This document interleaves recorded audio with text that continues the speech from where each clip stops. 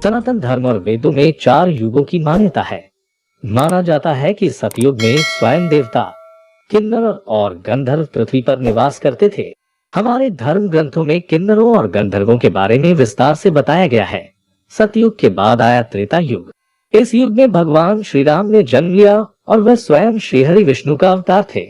फिर द्वापर युग की शुरुआत हुई और इस युग में भगवान विष्णु ने श्री कृष्ण के रूप में जन्म लिया। द्वापर युग में श्री कृष्ण ने जिस तरह की लीलाएं रची, उनके बारे में प्रबुद्ध लोगों का कहना है कि भगवान इन लीलाओं के जरिए मानव मात्र को कलयुग में जीवन यापन का पाठ पढ़ा रहे थे। कलयुग का कालखंड सबसे छोटा माना गया है और माना जाता है कि कलयुग में भगवान विष्णु का 10वां अवतार होगा, जिसका नाम होगा कल्कि। वर्तमान समय में कलयुग ही चल रहा है। विष्णु पुराण कलयुग के वर्णन करते हुए कहा गया है कि कलयुग पाप इतना अधिक होता कि सृष्टि का संतुलन बिगड़ जाएगा। कन्या 12 साल में ही गर्भवती होने लगेंगी। मनुष्य की आयु औसतन 20 वर्ष हो जाएगी। लोग जीवन भर की कमाई एक घर बनाने में लगा देंगे। इन सब के बावजूद जब पराशर ऋषि से सभी देवताओं ने पूछा कि सभी युगों में कौन सबसे बढ़िया है, तो ऋषि ने वेद व्यास जी के कथनों का जिक्र करते हुए समझाया कि सबसे उत्तम कलयुग है।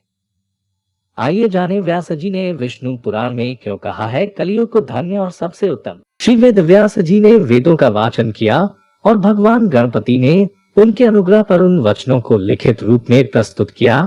श्री वेद व्यास जी को ही वेदों का रचनाकार माना जाता है।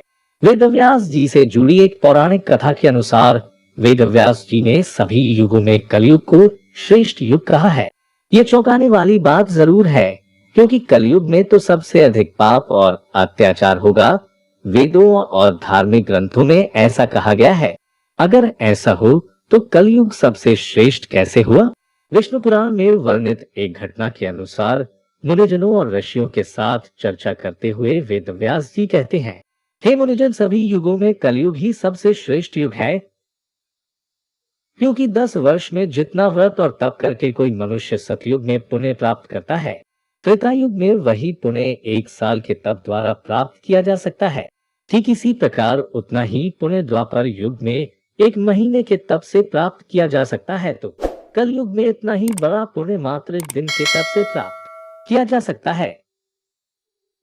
इस तरह व्रत और तप के फल की प्राप्ति के लिए कलयुग ही सबसे श्रेष्ठ समय है।